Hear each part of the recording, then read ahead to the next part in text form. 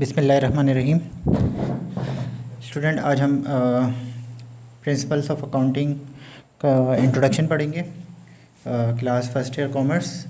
और क्योंकि मैट्रिक तक तो तमाम स्टूडेंट्स जो है वो साइंस से ही नॉर्मली आते हैं, साइंस या आर्ट्स, तो कॉमर्स नहीं पढ़ते, तो बिल्कुल बेसिक से हम इसको स्टार्ट करेंगे। और सबसे पहले हम अकाउंटिंग की डेफिनेशन से ही शुरू करेंगे कि अकाउंटिंग की डेफिनेशन क्या होती है।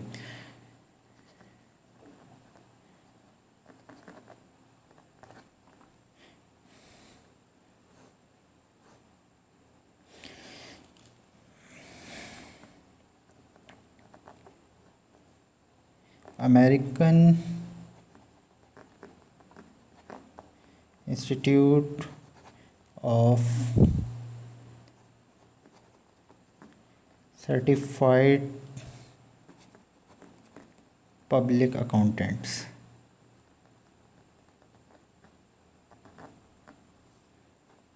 AICPA,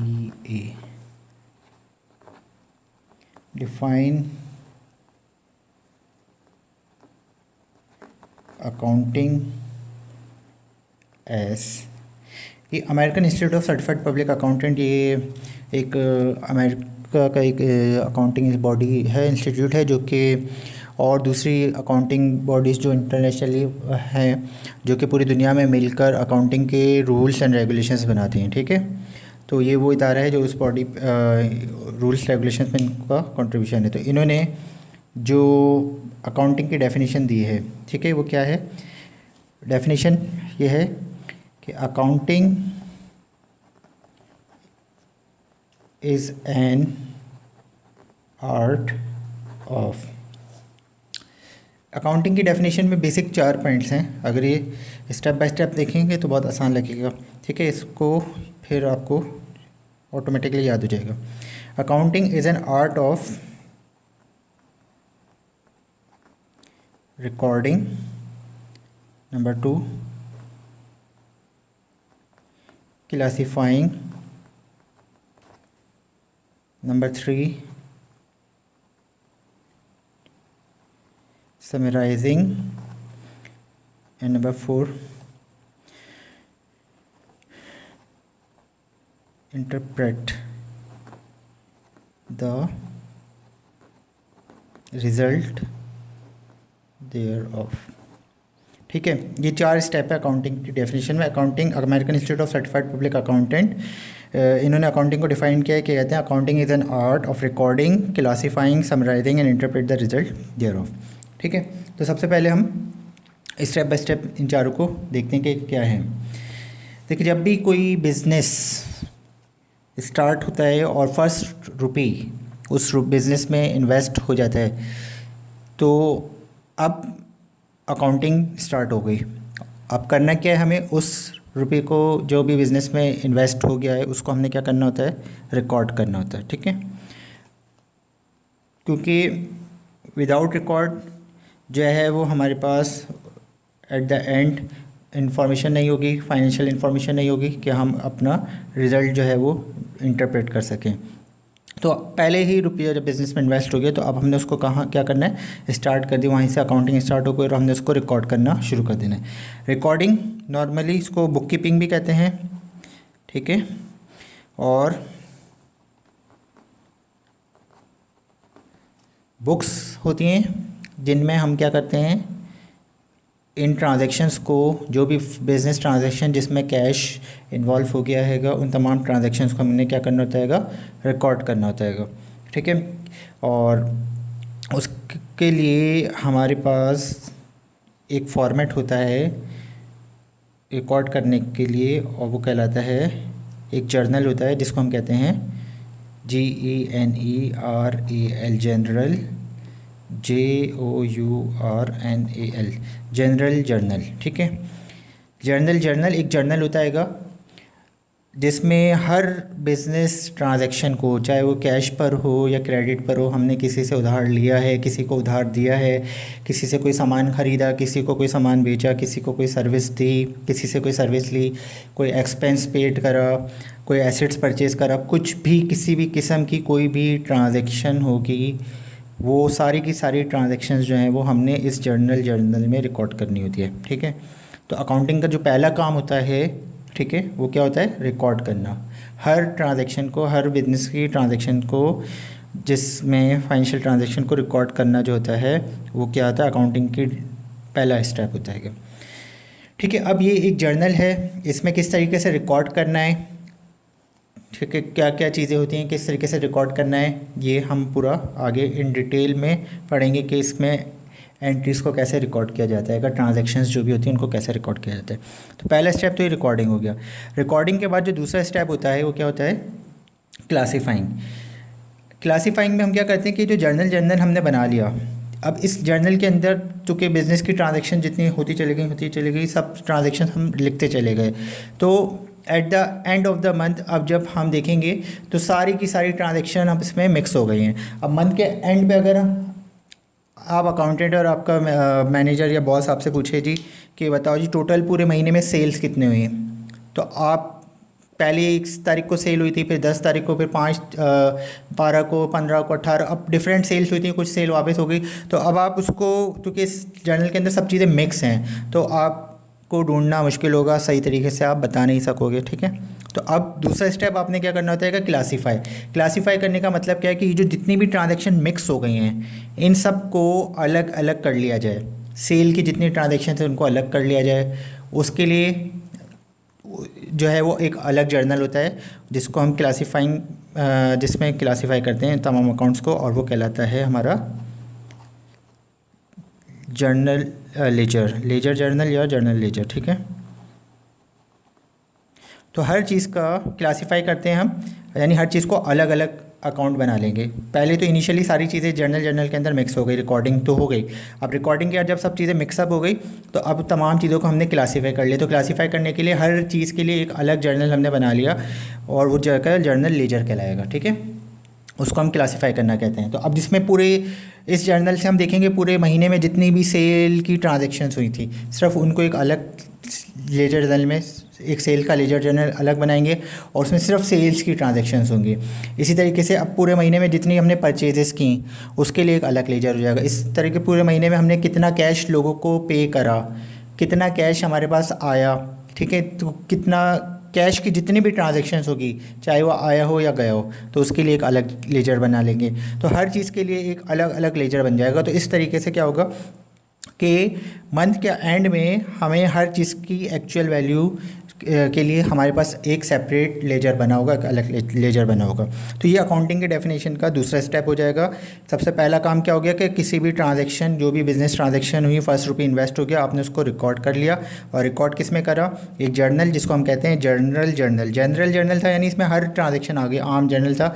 लेकिन अब यहाँ पे हुआ कि रिकॉर्डिंग करते वक्त सब रिकॉर्ड तो हो गई लेकिन सारी चीज़ें मिक्सअप हो गई। तो अब दूसरे स्टेप में आपने इसको क्लासीफाई यानी अलग अलग कर लिया, और अलग अलग करने के लिए हर चीज़ का एक अलग जर्नल बना लिया और उसको हमने कह दिया लेजर जर्नल। ठीक है, अब लेजर जर्नल बनाने के बाद अब थर्ड स्टेप क्या होगा कि ये काम आपका जब क्लासीफाई आपने करा तो ये बहुत ज़्यादा एक्सपेंड हो गया। ठीक है, हर चीज़ के लिए एक जर्नल है। तो अब इसका तीसरा स्टेप क्या होगा, समराइजिंग। तो अब तमाम जितने भी आपने क्लासीफाई अकाउंट्स किए थे उन सब की जो नेट वैल्यूज़ थी पूरे महीने के एंड तक आने के बाद, जो टोटल सेल कितनी हुई, जो टोटल परचेजेस कितनी हुई, टोटल कैश कितना आया कि और कितना गया, जो नेट कैश बचा वो कितना है, और जो एक्सपेंसेस पेड करे, जितने टोटल एक्सपेंसेस पे करे, टोटल इनकम कितनी, रेवेन्यू कितना आया सेल्स से, कितने लोगों से पैसे लेने हैं, कितने लोगों को पैसे पूरे महीने में हमने देने हैं, रिसीवेबल्स कितने हैं, पेएबल्स कितने हैं, ये सारी की सारी चीज़ों की जो नेट वैल्यू होगी पूरे महीने में,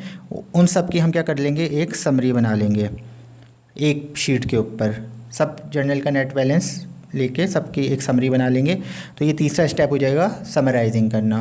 तो ये आपका काम जो है वो आसान होता चला जा रहा है। पहले सब चीज़ें मिक्सअप थी, फिर आपने उसको क्लासीफाई करके सबको अलग अलग कर लिया, फिर उन सब का टोटल करके जो सबका टोटल आया उसकी एक आपने एक शीट पे समरी बना ली। तो अब क्या होगा कि आपको हर चीज़ की अपडेट हो गई। तो समरी जिसमें आप बनाएंगे वो एक और जर्नल होगा और वो कहलाएगा ट्रायल बैलेंस। ठीक है, ये सारे आपके अब चैप्टर्स बनते चले। अभी जो फर्स्ट ईयर में आप आगे जब चैप्टर्स पढ़ेंगे तो एक चैप्टर जर्नल पे, फिर लेजर और ट्रायल बैलेंस, ये सारी चीज़ें किस तरीके से बनती हैं ये आगे के चैप्टर्स में हम पढ़ेंगे।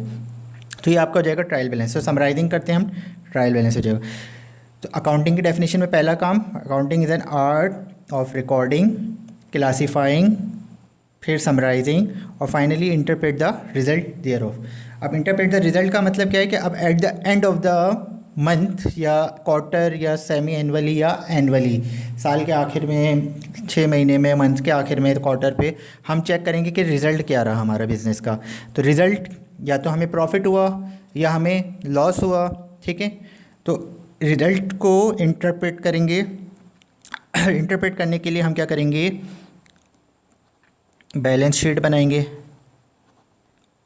और इनकम स्टेटमेंट बनाएंगे और स्टेटमेंट ऑफ ओनरशिप बनाएंगे, प्रोप्राइटर स्टेटमेंट। तो अब बैलेंस शीट में हमें क्या पता चलेगा कि साल के आखिर में, मंथ के आखिर में टोटल हमारे पास एसेट्स कितने हैं, टोटल हमें लाइबिलिटीज़ कितनी है हमारी, ठीक है। ये क्या होती हैं, एसेट्स क्या होते हैं, लाइबिलिटीज़ क्या होती हैं, प्रॉपर टोटल ओनर की कितनी इन्वेस्टमेंट है, ये सब चीज़ें अभी हम डिटेल में पढ़ेंगे। और फिर इनकम स्टेटमेंट बनाएंगे। इनकम स्टेटमेंट पे हमें पता चलेगा कि भाई प्रॉफिट हुआ या लॉस हुआ। और फिर इसको इंटरप्रेट करने का मतलब ये है कि अब इसको हम कंपेयर करेंगे कि पिछले साल के मुकाबले में हमारा प्रॉफिट बढ़ा या नहीं बढ़ा, और इसके मुकाबले में, इसी की इंफॉर्मेशन के मुकाबले में अब हम क्या करेंगे, आने वाले फ्यूचर मंथ्स में या फ्यूचर ईयर, नेक्स्ट ईयर के हवाले से डिसीजन मेकिंग करेंगे, ठीक है। ओनर डिसीजन मेकिंग करेंगे। यही इन्फॉर्मेशन जो है जब इन्वेस्टर्स देखेंगे तो उनको पता चलेगा कि भाई पिछले साल इस कंपनी ने इतना प्रॉफिट कमाया था, इस साल इस कंपनी ने पिछले साल के मुकाबले में ज़्यादा प्रॉफिट अर्न करा, यानी ये कंपनी ग्रो कर रही है, तो इस कंपनी में इन्वेस्ट करना चाहिए। तो हर कोई इस से अपने इस रिज़ल्ट से इंटरप्रेट करेगा कि आने वाले उस ईयर में, नेक्स्ट ईयर में इस कंपनी की पोजीशन क्या होने वाली है, इसमें इन्वेस्ट करना चाहिए, नहीं करना चाहिए। जो इस कंपनी से सप्लायर्स हैं, जो इस कंपनी को क्रेडिट पे, उधार पर जो है वो रॉ मटेरियल प्रोवाइड कर रहे हैं या गुड्स प्रोवाइड कर रहे हैं, तो वो देखेंगे कि भाई क्या ये कंपनी, वो भी इसी से इंटरप्रेट करेंगे कंपनी के इनकम स्टेटमेंट को देख के कि क्या भाई ये कंपनी प्रॉफिट में जा भी रही है, अगर लॉस में जा रही है तो इसको हम मज़ीद उधार देंगे तो ये तो हमारा पैसा वापस नहीं करेगी। तो इस तरीके से हर कोई जो है, जितने भी स्टेक होल्डर्स होंगे, वो सब रिज़ल्ट इंटरप्रेट करेंगे साल के आखिर में, और इन बैलेंस शीट और इनकम स्टेटमेंट को देख के। कंपनी के जो ओनर्स हैं वो इंटरप्रेट करेंगे कि भाई अब हमें बिज़नेस को एक्सपेंड करना चाहिए, एक ब्रांच से दूसरी ब्रांच खोलनी चाहिए, नहीं खोलनी चाहिए, क्योंकि अगर हमारे बिज़नेस फैल रहा है, एक्सपेंड हो रहा है, ओनर्स को जो कंपनी के हैं वो अंदाज़ा लगाएंगे कि भाई हमारे प्रॉफिट में इजाफा हो रहा है नहीं। तो हर कोई जो है वो अपने रिज़ल्ट साल के आखिर में इंटरप्रेट करता है।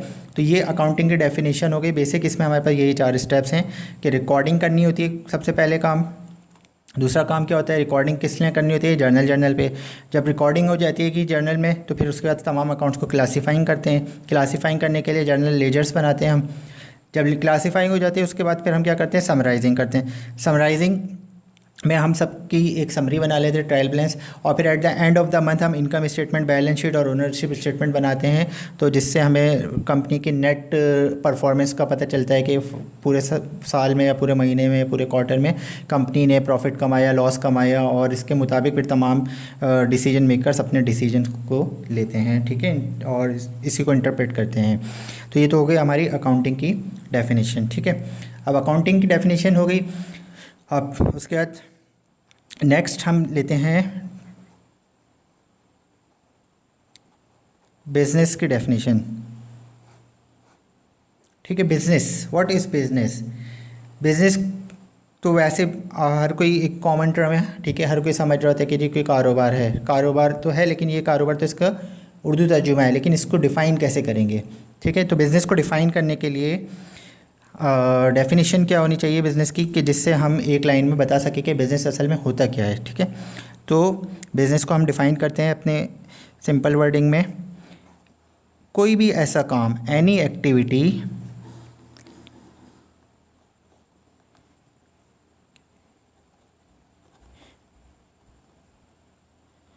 which is starting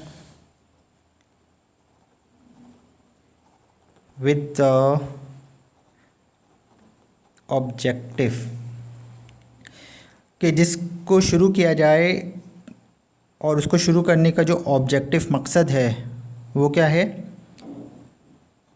to earn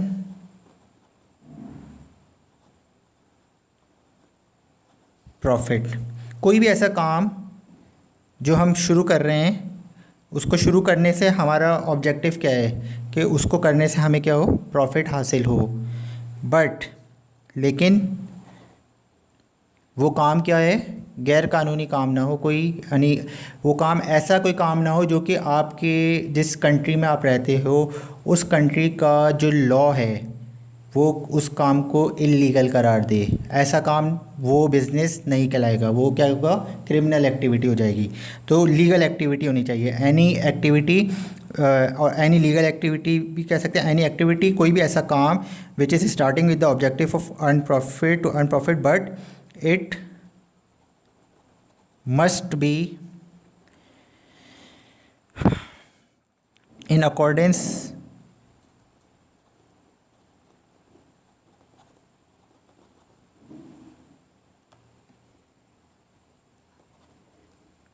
with the law of state, कि जिस स्टेट में, जिस कंट्री में आप रह रहे हैं उस लॉ के मुताबिक वो काम अलाउ हो।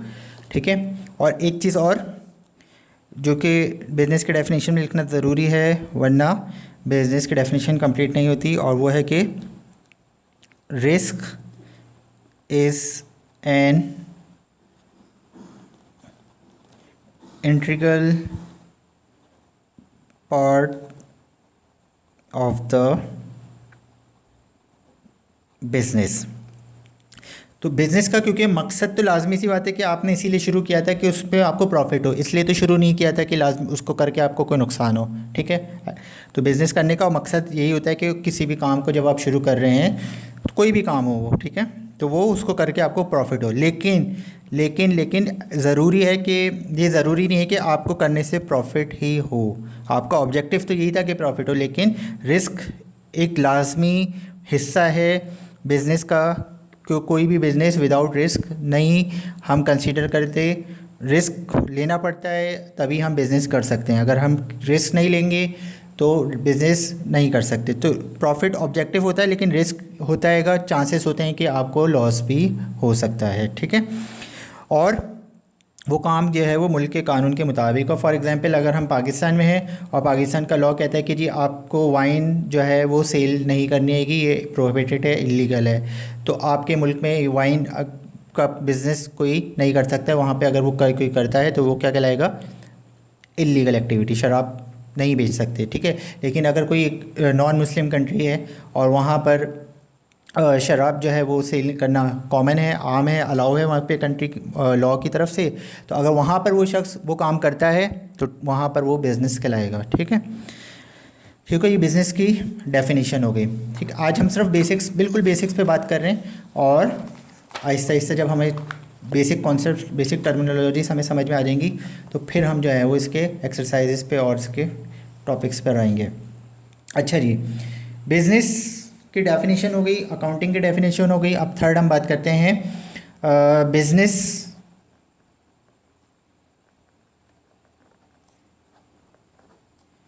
ऑर्गेनाइजेशन कितने किस्म की होती हैं।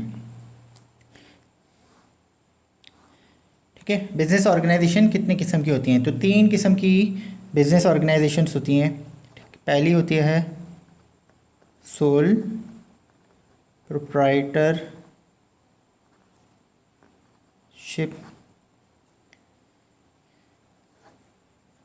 दूसरी होती है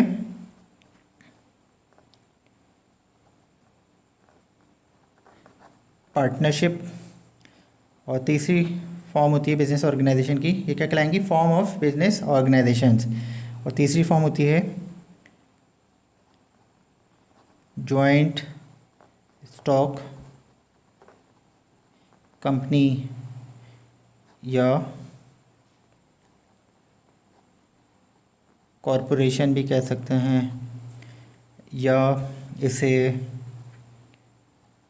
इनकॉर्पोरेटेड भी कह सकते हैं। ठीक है। हमारे पाकिस्तान में हम जॉइंट स्टॉक कंपनी यूज़ करते हैं, कॉरपोरेशन इनकॉर्पोरेटेड, ये अमेरिकन यूज़ करते हैं इनकॉर्पोरेटेड का वर्क, ये यूरोपियन कंट्रीज़ में यूज़ होता है। और तो बिज़नेस की फॉर्म ऑफ बिज़नेस ऑर्गेनाइजेशन जो है वो 3 किस्म की होती हैं, ठीक है। 3 ही किस्म की बिज़नेस ऑर्गेनाइजेशन हम फॉर्म कर सकते हैं। पहली फॉर्म क्या होती है इसकी? Sole proprietorship. Sole proprietorship business एक ऐसी ऑर्गेनाइजेशन है, ये एक ऐसी ऑर्गेनाइजेशन है जिसमें सोल का मतलब होता है वन या सिंगल, और प्रोप्राइटर का मतलब क्या होता है? प्रोप्राइटर का मतलब होता है ऑनर। तो सोल प्रोप्राइटरशिप एक ऐसा बिजनेस ऑर्गेनाइजेशन है जिसमें सिर्फ और सिर्फ वन ओनर होगा, एक पर्सन पूरे बिज़नेस का मालिक होगा। प्रॉफिट होगा तो प्रॉफिट सारा का सारा उस शख्स को जाएगा, अगर लॉस होगा तो वो लॉस भी उसी शख्स को बर्दाश्त करना पड़ेगा। तो ये हमारी पहली टाइप होती है बिज़नेस ऑर्गेनाइजेशन की, फॉर्म ऑफ बिजनेस ऑर्गेनाइजेशन में, जिसको हम कहते हैं सोल प्रोप्राइटरशिप। सोल मतलब वन या सिंगल, और प्रोप्राइटरशिप मतलब ओनर। तो सिंगल ओनर जिस भी बिज़नेस में होगा वो सोल प्रोप्राइटरशिप कहलाएगी। दूसरी फॉर्म ऑफ बिजनेस ऑर्गेनाइजेशन जो होती है वो क्या होती है हमारी? पार्टनरशिप। पार्टनरशिप में कम से कम कितने लोग हो जाएंगे? 2 लोग। 2 लोग मिलेंगे तभी पार्टनरशिप कंपनी होगी। एक बंदा अकेला तो पार्टनरशिप नहीं कर सकता, तो कम से कम 2 लोग होंगे अगर किसी बिज़नेस के ओनर्स, तो वो क्या कहलाएंगे? पार्टनर कहलाएंगे, ठीक है। और ज़्यादा से ज़्यादा कितने लोग हो सकते हैं इसमें? 2 से 20 तक हो सकते हैं पार्टनर्स किसी भी कंपनी के अंदर, ठीक है। 20 से अगर ज़्यादा लोग हो जाते हैं तो फिर वो पार्टनरशिप को ख़त्म करके फिर उसको कंपनी के अंदर 2 टाइप होती हैं, जैसे प्राइवेट लिमिटेड और पब्लिक लिमिटेड। तो उसको प्राइवेट लिमिटेड कंपनी या पब्लिक लिमिटेड कंपनी में कन्वर्ट कर दिया जाता है। तो पार्टनरशिप बिजनेस जो होता है उसमें कम से कम 2 और ज़्यादा से ज़्यादा 20 पार्टनर्स जो होते हैं वो हो सकते हैं। और ये किसके लिए हो सकता है? ये कोई भी बिज़नेस हो, किसी भी बिज़नेस में 2 से लेके 20 पार्टनर्स तक हो सकते हैं। लेकिन अगर कोई ऐसा बिज़नेस है जिसमें कोई फाइनेंशियल इंस्टीट्यूशन आप खोल रहे हैं, जैसे कि कोई बैंक खोलना चाह रहे हैं या कोई इंश्योरेंस कंपनी खोलना चाह रहे हैं जिसमें लोगों से कैश डीलिंग ट्रांजेक्शन्स कर रहे हैं, आप कैश लेके डिपॉजिट कर रहे हैं, और तो ऐसा बिज़नेस जो फाइनेंशियल इंस्टीट्यूशन या फाइनेंशियल बिज़नेस है, इंश्योरेंस कंपनी, मुदारबा companies, house financing, car leasing, ये सारी इस तरह की जो भी, तो उसमें पार्टनर की जो लिमिट होती है वो कितनी होती है कि मिनिमम 2 और मैक्सिमम 10।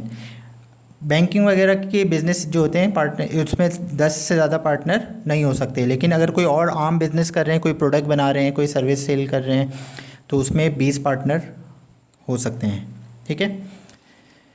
तीसरी टाइप जो होती है वो टाइप क्या कहलाती है हमारी? जॉइंट स्टॉक कंपनी, कॉरपोरेशन या इनकॉर्पोरेटेड। ये क्या होती है कि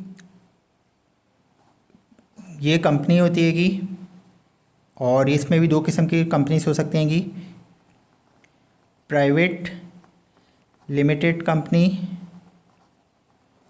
और public limited company. Private limited company में क्या होगा? कुछ प्राइवेट ओनर्स होंगे और वो किसी एक फैमिली से, किसी एक ग्रुप से बिलोंग कर सकते हैं।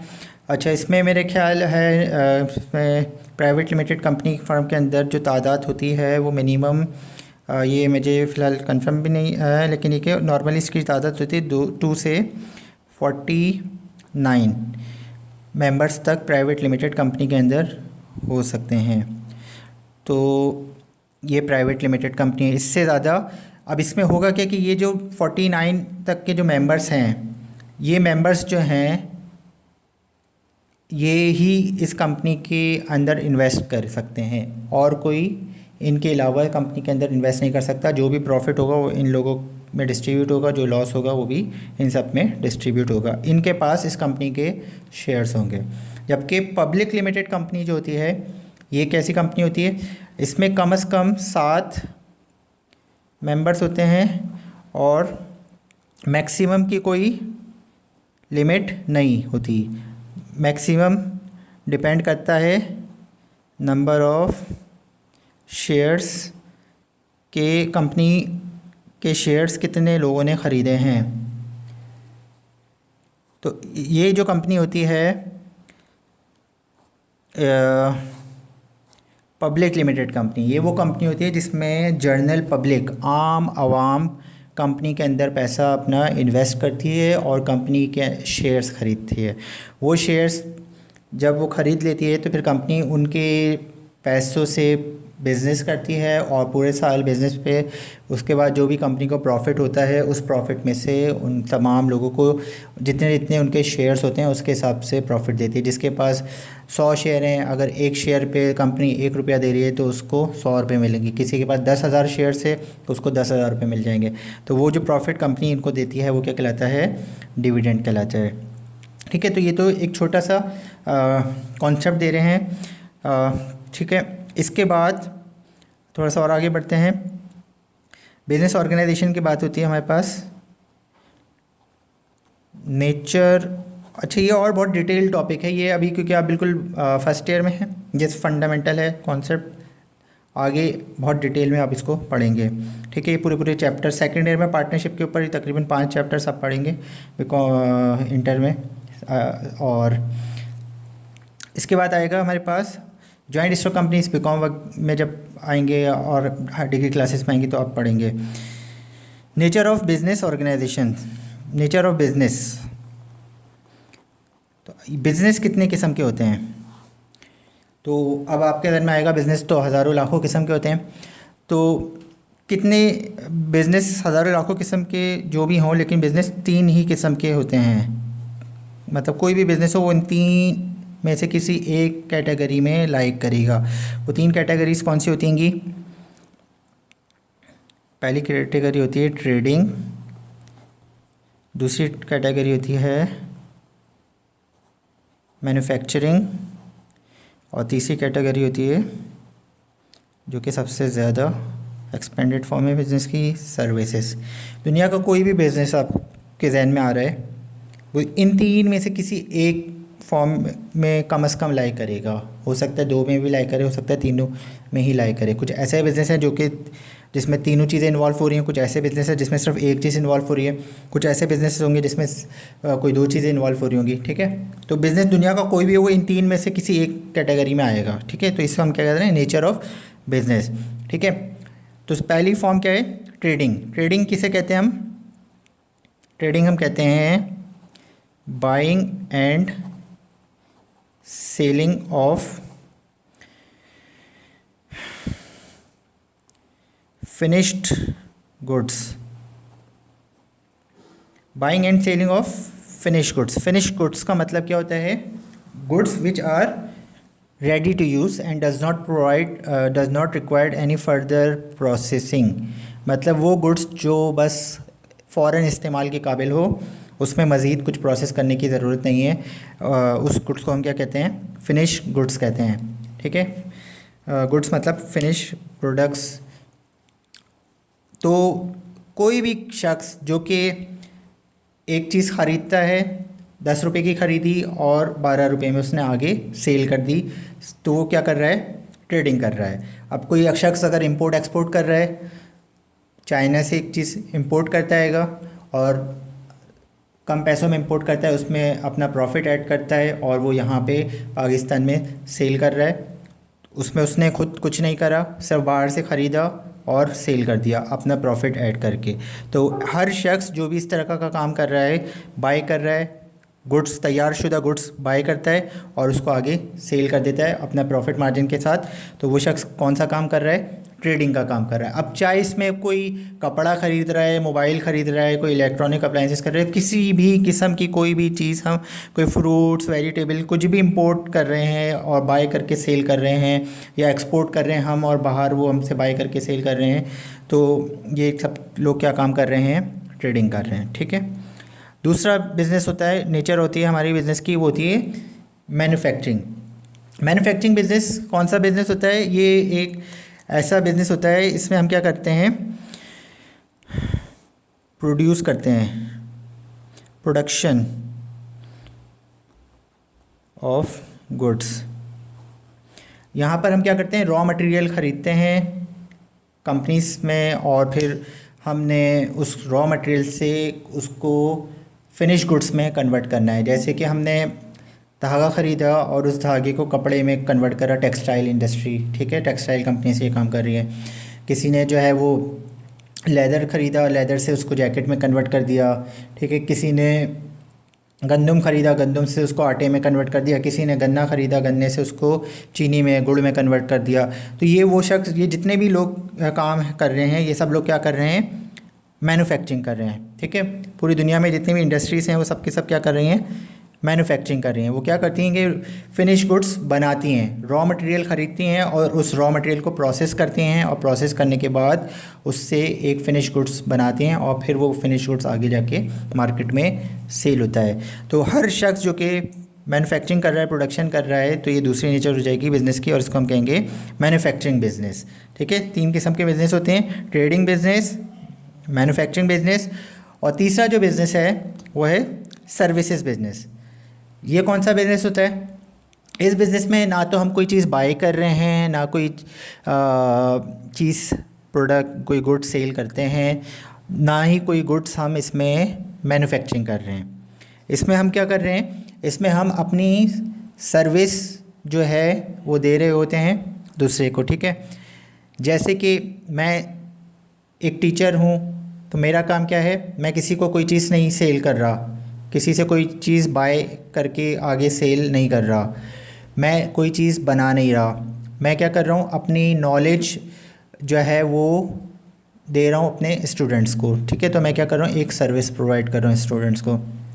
एक डॉक्टर है, आप जब डॉक्टर के पास जाते हो तो वो आपको क्या कर रहा है, एक सर्विस दे रहेगा। वो आपसे ना कुछ ख़रीद रहा है, ना कुछ सेल कर रहा है, आपको अपनी नॉलेज के हिसाब से आपकी बीमारी का इलाज बता रहा है। इसी तरीके से एक लॉयर है, एक वकील है, वो आपको क्या कर रहा है, सर्विस दे रहेगा। इस तरीके से सर्विस बिज़नेस दुनिया के अंदर एक्सपेंडेड फॉर्म है बिज़नेस की। बैंक्स हैं, बैंक्स आपको क्या कर रहे हैं, डिफरेंट सर्विसेज प्रोवाइड कर रहे हैं। होटल इंडस्ट्री, होटल्स में आपको वो लोग डिफरेंट किस्म की सर्विसेज प्रोवाइड करते हैं, ठीक है।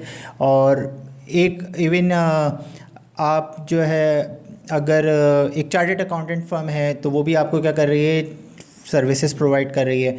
एक मोची जो आपका जूता मरम्मत कर रहा है, वो भी क्या कर रहा है, आपको एक सर्विस प्रोवाइड कर रहेगा। तो ये सारी की सारी चीज़ें एक प्लम्बर है, मैकेनिक है, ये सारे के सारे लोग जो हैं वो क्या कर रहे हैं, अपने अपनी सर्विसेज जो है वो आपको दे रहे हैं। तो ये नेचर ऑफ बिज़नेस, दुनिया का कोई भी बिज़नेस ऐसा आप बता दें जो इन 3 बिज़नेस, जो इन 3 में कहीं ना कहीं लाई ना कर रहा हो। तो आप पहले सोचें हैं कोई ऐसा बिज़नेस, और फिर अगर हो तो मुझे कमेंट में बताइएगा, ताकि मेरी नॉलेज में भी इजाफा हो जाए। तो ट्रेडिंग, मैन्युफैक्चरिंग और सर्विसेज में, मेरी नॉलेज में बस यही 3 कैटेगरीज हैं। कोई भी दुनिया का बिज़नेस होता है तो वो इन 3 में से किसी ना किसी कैटेगरी में लाई करेगा, ठीक है। ये हो गई हमारे पास बिज़नेस, ऑर्गेनाइजेशन और नेचर ऑफ बिज़नेस, ठीक है। अब हम आते हैं अकाउंटिंग की बेसिक हेड्स की तरफ। 5 बेसिक अकाउंटिंग हेड्स कौन से हैं? अकाउंटिंग के अंदर 5 बेसिक हेड्स हैं जो कि क्या कहलाते हैं, एसेट्स, लायबिलिटीज़,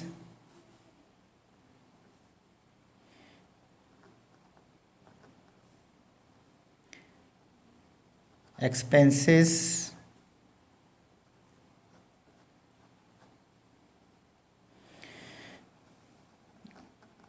रेवेन्यू और capital. Assets, liability, expenses, revenue और कैपिटल, ठीक है।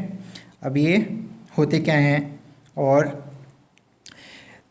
इनकी डिटेल हम नेक्स्ट वीडियोस में पढ़ेंगे, और इन सबको 1 बाय 1 इन डिटेल सबको डिस्क्राइब करेंगे, ठीक है। आज की वीडियो यहीं तक। वीडियो पसंद आए तो लाइक करें, अपने दूसरे फ्रेंड्स के साथ शेयर करें और चैनल को सब्सक्राइब करें।